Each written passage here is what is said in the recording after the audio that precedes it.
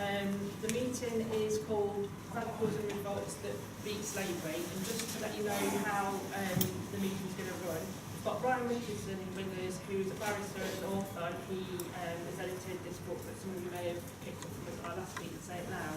He's going to start us off in the discussion, talking for about 30 minutes, and then what we're going to do is open it up then for you to all contribute, ask questions and have a bit of discussion. And then we're going to have some music from Calvin, who's going to be singing one of his songs. And then Brian will come back and try and sum it all up for us. So that's hopefully how it will all go. So, just come over to Brian to start us off. I might be too scared to come back up for Calvin before his song, so we'll just have to say that. Good evening, everyone. Thanks for inviting me to share some thoughts with you. I want to begin by encouraging anyone who hasn't seen the Steve McQueen film 12 Years a Slave, starring Chiwetel Ejiofor, to go and see it. And I'll reassure you, I'll try not to give away too much of the story. The reason I say go and see it is because I think it is a brilliant piece of filmmaking. It's a very, have to brace yourself, because it is a brutal account based, it should be remembered, upon the true story of a guy called Solomon Northup. I'm sure that wasn't his original name, but he was a free man who was tricked, captured, and endured, as the title of the film and of his book tells us, 12 years of slavery. And actually that film, Steve McQueen's film, is one of a series of actually very high-profile films that have been made over the last 2 or 3 years, including, notably, Lee Daniels' film The Butler, that some of you may have seen. There was Steven Spielberg's Lincoln, which won Oscars last year, and also Quentin Tarantino's Django Unchained. I would say, having seen them all, that 12 Years a Slave is easily the best. And one of the reasons I say that is because, I think there is a film critic called Jonathan Romney writes in a very good film magazine called Sight and Sound, and I think he captured it very well. The thing about this film is that, and again, one of the reasons you have to brace yourself if and when you go and see it, is that in many other films or TV series, the brutality of slavery is in a way just kind of hinted at. You'll see, for example, a ripped shirt with some red hinting at the blood that was drilled. McQueen's film is much more direct in its depiction of these things. I mean, it pulls no punches in showing the extreme physical and sexual violence of slavery. It's also very true to the account that Solomon Northup wrote. It's based upon a book that was written by Northup, and apparently something like 80% of the dialogue in the film is taken directly from the book, so it's a very true account. I would say all of the films that I've mentioned are worth watching, and I think they were worth watching because they raise a whole number of questions, and what I'm going to do is I'm just going to try and address 3 of the questions. Firstly, how did slavery come about? Secondly, why was it able to persist? And thirdly, how and why did it come to an end? And what I'll do is kind of throw out for debate and discussion the question of what the lessons are for today. And again, I think that's one of the great things about McQueen, is that he says very, very directly about 12 Years a Slave. He wants people to, and thinks the film will only succeed if people come away thinking about it and discussing and debating what lessons we can and should learn today. Looking at the first question, how did it come about? I think the important thing to say is it's not simply an irrational system that was established because of racism. I think one of the great things about both 12 Years a Slave and Django Unchained is that they show that it was a highly organised economic system. In both films, for example, you see the slaves being treated really as commodities, being examined by the people who were buying and selling them, assessed for their physical attributes, and then bought and sold according to what the slavers and the traders thought that they were going to be worth, what they were going to deliver for them in terms of value for money. In the very opening scene of 12 Years a Slave, for example, you see a planter in the field providing very specific example to his team of slaves about how to cut sugar cane, sugar being one of the most valuable commodities of at the time. So in short, what I'm saying is that slavery was absolutely central to early capitalism, and racism became the justification for it. What we experienced was the establishment of a new economic system, originally in places like here, Britain, Holland, Northern Europe, which gradually replaced the old economic feudal system that existed. And in order for it to grow and develop, what it required was ever-increasing numbers of people to work on the land and to produce the goods. And it was out of that that the triangular slave trade was developed. Goods like sugar, tobacco, cotton, and so on were grown in the plantations, brought to places like England and manufactured in ships, manufactured and sold, huge profits made, and then the thing continued on in that way. So originally, much of the work that was done by what was called indentured labour, people who were employed for a particular period of time, usually something like 7 years, to work on the land. But over time, the planters realised that African slaves were far more plentiful and therefore could provide a much more rich source of labour. And to quote one of the books that's on the bookstall there, and it's a brilliant account of slavery. It's called Capitalism and Slavery, written by a man called Eric Williams, who went on to become the Prime Minister of Trinidad. He says this: "Here then is the origin of Negro slavery. The reason was economic, not racial. It had to do with the colour, it had to do not with the colour of the labour, but the cheapness of the labour. As compared with Indian and white labour, Negro slavery was eminently superior. This was not a theory, this was a practical conclusion deduced from the personal experience of the planter. He would have gone to the moon, if necessary, for labour. Africa was nearer than the moon. In other words, it was a plentiful source of labour. That was why they went to Africa to get slaves. But there was a massive problem that they had, and the massive problem was an ideological one. This was at precisely the same time that there was a revolutionary transformation in society that was leading, and that the enslavement of literally, I mean, we don't know how many, tens of millions of people were enslaved, but this was at precisely the same time that these wonderful ideas of freedom, equality, fraternity were being presented in things like the French Revolution. Now, how could you, at one stage, on one level, say that all men, and I stress all men because women certainly didn't come into the equation, all men are created equal at the same time that you have the most brutal enslavement and exploitation of tens of millions of people? The circle was squared by declaring that African people were not really human. Again, a quotation that we cite in the book that I've edited.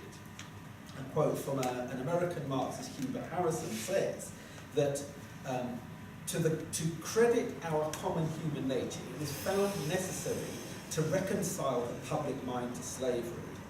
And that was effected, that was achieved by building up the belief that slaves were not really human, that they belonged to a different order of beings. None of that happened overnight. This was something that happened over the course of centuries, but literally it was done by establishing scientific justifications for racism, a scientific explanation that somehow, in one of the most famous of these scientific racists, the guy called Edward Long, talked about how African people were really closer to orangutans than to human beings. See, again, those of you who've seen Django Unchained, there's a very good scene in there where Leonardo DiCaprio, the slave owner, he's trying to explain the difference in the skulls of black people as compared to white people, and the difference in the shape and size of the skull explains why black people are inferior and therefore should be enslaved. I mean, they used to do experiments like, for example, pouring sand into skulls in order to measure how much sand you could get in, to show that the size of black people's brains were smaller than those of white people's brains. What they actually did was, with the white skulls, they pour a bit of sand in. With the black skulls, they pour a bit of sand in, pack it down, and then pour some more in and pack it. With the white brains, they pack it down to show that, you know, the skulls and the brains were bigger, and so on. So over a huge period of time, a scientific justification for slavery and the racism that came with it was built up in order to justify the huge profits of this economic system. Why did it persist? It persisted precisely because it produced such enormous levels of wealth. Cities, you know, in a century, in 1 century, the 18th century, cities like Liverpool multiplied from a population of something like 5,000 to 78,000. Bristol trebled inside. I don't know what the score. I'm sure someone in this room could tell me what happened here in Leicester. But you know, you walk around major cities. I walk, you know, London, Liverpool, Manchester, Glasgow, and you will see still today the headquarters of huge corporations, banks, insurance companies, and so on that were built on the profits of the slave trade. I'm going to quote Karl Marx. This is what he had to say, that direct slavery is just as much the pivot of bourgeois industry as machinery, credits, and so on. Without slavery, you have no cotton. Without cotton, you have no modern industry. It is slavery that has given the colonies their values. It is the colonies that have created world trade. And it is world trade that is the precondition of large-scale industry. Thus, slavery is an economic category of the greatest importance. Massive levels of profit, the origins really of modern capitalist society, and that explains why it was necessary for the slavers to use absolutely brutal repression in order to make sure that their system continues, the kind of brutal oppression that the Queen film showed. And it's what, you know, repeatedly people had to be whipped and kept into line for those reasons. And again, Django, one of the scenes where people were beaten and beaten and beaten, and then one particular scene where there's an old guy no longer able to work, so he's literally just discarded, allowed to be literally thrown to the dogs because he's no longer of any economic value to the plant. Now, given those levels of repression, given that brutality, a couple of questions emerge, don't they?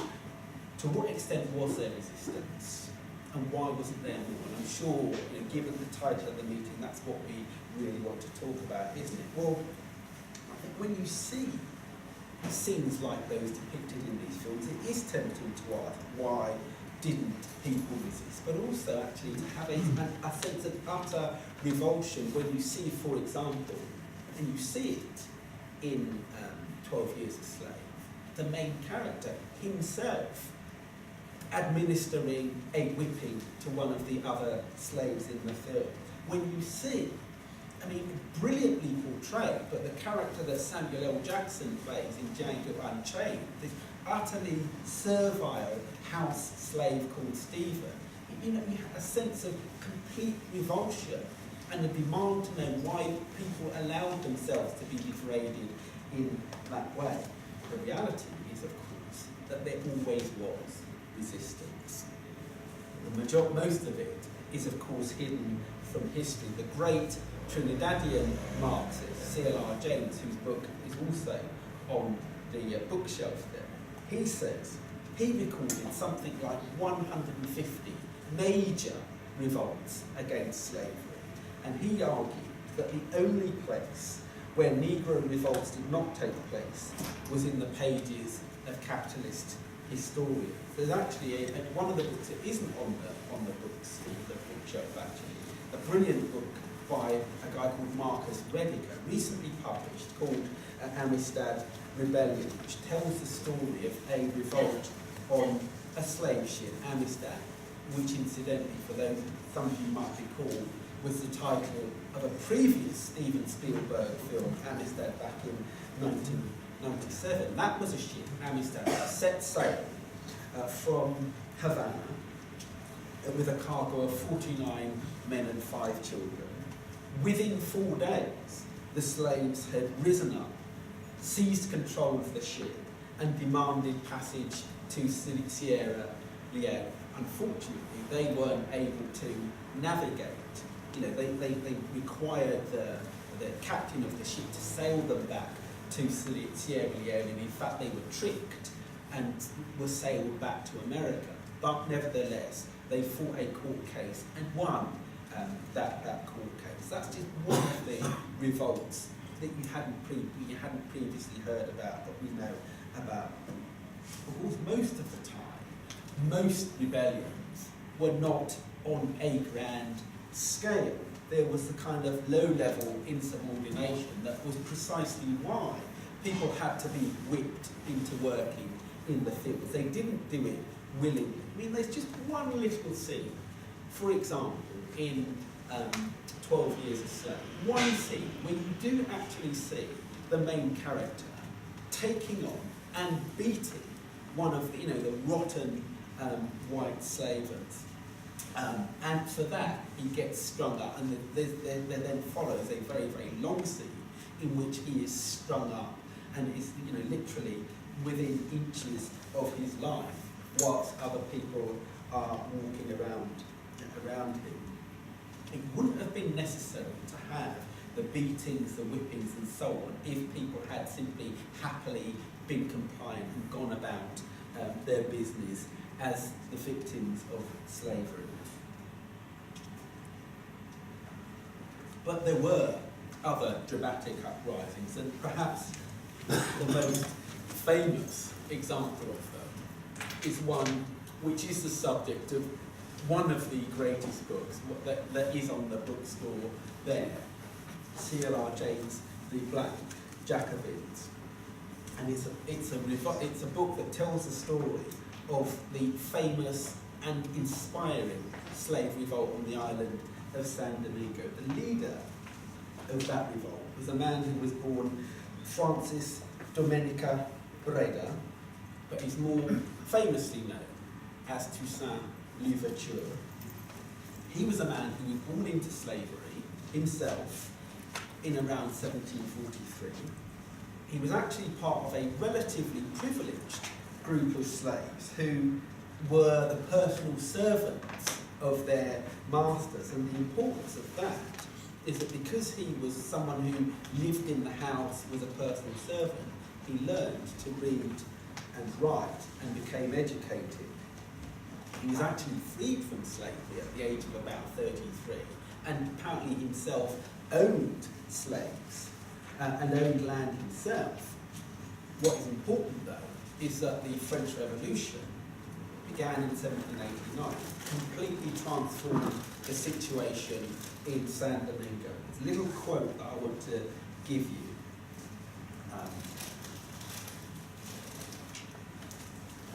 This is from Adam Hochschild, who says that news from Europe spread with lightning speed because at white dinner tables, as one resident put it, every person has his own waiting man behind him. So to discuss the rights of man to discuss the rights of man before such people. What is it but to teach them that power dwells with strength and strength with numbers? In other words, what that meant was that people like Richardson heard about the French Revolution, heard about these great ideas of liberty, fraternity, equality, and decided we want a piece of the action. We want a bit of that for ourselves. And therefore people like him led the incredibly courageous and determined slave revolts in San Domingo. Slave revolts which led to the overthrow of French imperial rule in the colony. Now, ever the opportunists, when the French had a bit of local difficulty in France, which made it easier for the revolt in San Domingo to succeed. But ever the opportunists, the British ruling class decided, well, this is our opportunity, whilst the French are preoccupied back at home, to move in and seize control of the colony owner. The slave revolt put paid to the British invaders and drove the most powerful navy back out of San Domingo, and managed to ensure that the slaves retained control. The likes of Toussaint lined up with the revolutionary army in France, looking to overthrow the old rulers, and ultimately it led to the establishment of an independent state, the state of Haiti. Toussaint himself didn't simply say to the revolutionary army in France, we will fight on your side and then hand over control to you. No, he maintained control of the island and declared himself the governor in 1801 and published a constitution that abolished slavery, lock, stock and barrel, and established explicitly a multicultural society composed of blacks, whites and mixed race people. Now, as you may know, Napoleon was able to seize control of France and decided that he was going to once again reclaim San Domingo and reimpose colonial rule and slavery. So in 1802, sent his brother actually with an army to try and seize control of the island again. They managed to seize control for about 3 months, but were repelled again by the slaves who had freed themselves by fighting and struggling. And Bonaparte's army was never able to gain control of the island. Sadly, they did manage to capture Toussaint, spirit him back to France, and he died there, but they were not able to kill the revolution. They were never able to stop the establishment of an independent Haiti. How long have I got? 10 minutes. I must move on then. I'm going to move on by coming back to America, because in America, I would say that there wasn't one single dramatic episode like what happened in San Domingo. But it would be wrong to say that slaves played no role in their emancipation. And one of the things that is so, for those of you who've seen Lincoln, the Spielberg film, one of the things that is so frustrating about it is that you would think that slavery was abolished simply because Abraham Lincoln, the then president, had this kind of moment where he decided that slavery has to be got rid of, and then, having his conscience having been pricked, he fought tooth and nail to introduce the 13th Amendment to the American Constitution, the amendment that abolished slavery. If you see that film, literally all you see, right at the beginning of the film, you see a couple of black soldiers on the battlefield during the Civil War talking to Lincoln and literally pleading with him, please, Mr. President, do the right thing. And then the rest of the film is completely concentrated with Lincoln fighting to pass the 13th Amendment. Frankly, is an absolute travesty, far from simply being the beneficiaries of the benevolence of the great emancipator, as Lincoln is called. The slaves fought to their death in their hundreds of thousands for their liberation. The war itself, we don't have time to go into the whole nature of the American Civil War, but the war itself, it was a war between two different forms of capitalism: wage labour in the northern states and the slave-based capitalism in the southern states. Lincoln was the leader of the northern states, and he was far-sighted enough to realise that he had to turn the struggle to win the Civil War into a struggle to overthrow slavery, if that the form of capitalism based on wage labour that he wanted to see triumph was going to succeed. Even before, in the Emancipation Proclamation that he passed in 1860, he pioneered in 1863, long before that, there had been a whole tradition of slaves rising up, going on the Underground Railway, leaving the plantations in the south and going on the Underground Railways to the northern states. And once there, they realised that their continued freedom rested upon them fighting in the Union Army to defeat slavery in the southern states. So far from simply benefiting from Lincoln's wonderful manoeuvres in Congress, in their hundreds of thousands, slaves rose up, joined the northern armies and fought for their freedom and liberation. I'm going to mention, I may need a couple of extras, I'm going to mention a couple of individual examples. Talk about the civil with people want. I want to mention a couple of individual examples. One of the great rebels that we should remember, a man called Frederick Douglass. He was a guy who was born a slave in 1818 in Maryland. He was actually one of those mixed race children, someone who had a black mother and an unknown white father. Barely knew his mother, however, saw her a few times up to the age of 6 and then never saw her again. But like Toussaint, he was one of those people who was raised in the house and therefore learned to read and write. Nevertheless, he's a slave, sent to work in the fields, managed to run away, escape, and fled the southern states to the north. And because of that, he did a couple of things. He became active in the abolition movement, participating and lecturing at the Massachusetts Anti-Slavery Society, and also, because he was educated, publishing a book, narrative of the life of Frederick Douglass, an American slave, written by himself, and used this to push the argument for abolition, championing actually not just the abolition of slavery, but women's rights as well. He became an advisor to Lincoln. He was somebody who recruited people to the Northern Army to participate in the Civil War. In other words, someone who used his own experience and his education to mobilise people in the fight against slavery. I'm going to finish with an example from this country, from Britain, because it would be a travesty if we allow the history that people learn to simply be the history of people like William Wilberforce, and the idea that it was simply, the goodwill of people like Wilberforce that got rid of slavery in this country.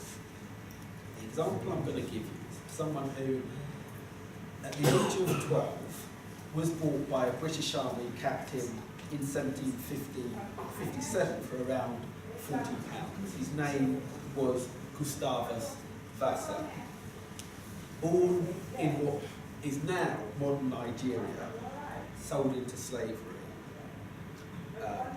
shipped to Barbados, to Virginia, doing all sorts of menial tasks out in the fields. After being bought for the £40, he came to Britain and lived just down the road from where I live, actually, in Black Hills in South East London. Again, like Douglas and like Toussaint, he was someone who learned to read and write and do arithmetic. But again, because he's black, because he's a slave, not really allowed to use those gifts and talents, put to work on ships. Eventually, he was able to buy his freedom, get together the £40 to buy his freedom. Why do we know about him? The reason we know about him is because he's better known as Oladu Equiano, and he's also someone who wrote his own story, the interesting narrative of the life of Oladu Equiano. went on to be a bestseller, unlike my book actually, a bestseller that sold out 8 different times. And again, someone who didn't just, who wrote this account precisely because, having experienced personally the brutalities of slavery, he wanted to do something about it. He wanted to play a role in bringing it about. Initially, actually, Oladu wasn't so much seeking the abolition of slavery, but to alleviate its worst aspects. So, for example, he tried to set up a plantation colony of his own in Central America. He tried to lobby Parliament to do, all sorts of things like that. He got a delegation to the House of Commons, but eventually he realised that the only way that the brutality and horrors were going to be brought to an end would be if he participated in an active fight and struggle, and that is precisely why he wrote his book. That is why he participated in the movement to abolish slavery. And I don't know if there are copies on the bookshelf, but this little pamphlet tells, I think, in short, sharp, very good detail, the role that he played. And it's important, not just he went all around Britain and Ireland, publicising his book, talking about the horrors of slavery, talking about how and why it should be abolished, but he participated in the active campaign to mobilise people against it. And it's an interesting story because it tells you here in Britain that people identified with him, black and white, working class people identified with him and identified with the struggle. So, for example,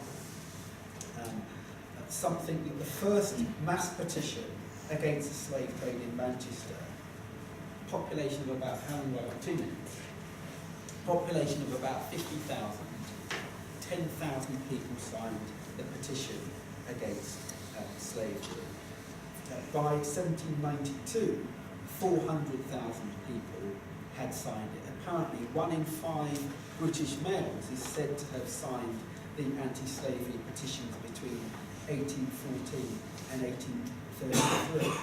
And Equiano himself became a key figure in the London Corresponding Society, which was essentially one of the first great mass working class movements that sought to challenge the horrors, the exploitation of working class people. So, and why is that important? It's important because it shows that it wasn't just the good grace of people like Wilberforce that got rid of slavery. It wasn't just the good grace of Parliament. It's worth noting Equiano died in 1797. Slavery was abolished in the colonies in 1807. Was finally got rid of in Britain until 1833.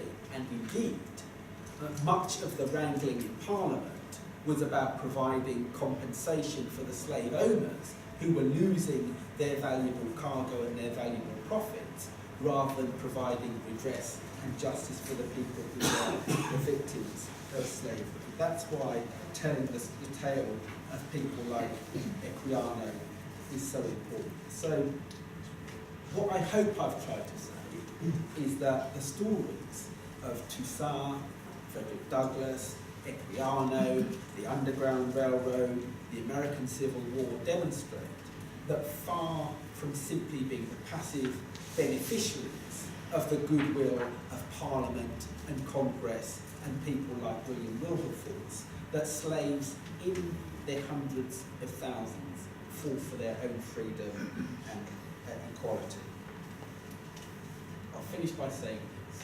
Slavery has long since been abolished, but its legacy lives on. As I said earlier, walk through any major town or city and you'll see these huge buildings that were built on the backs of slaves.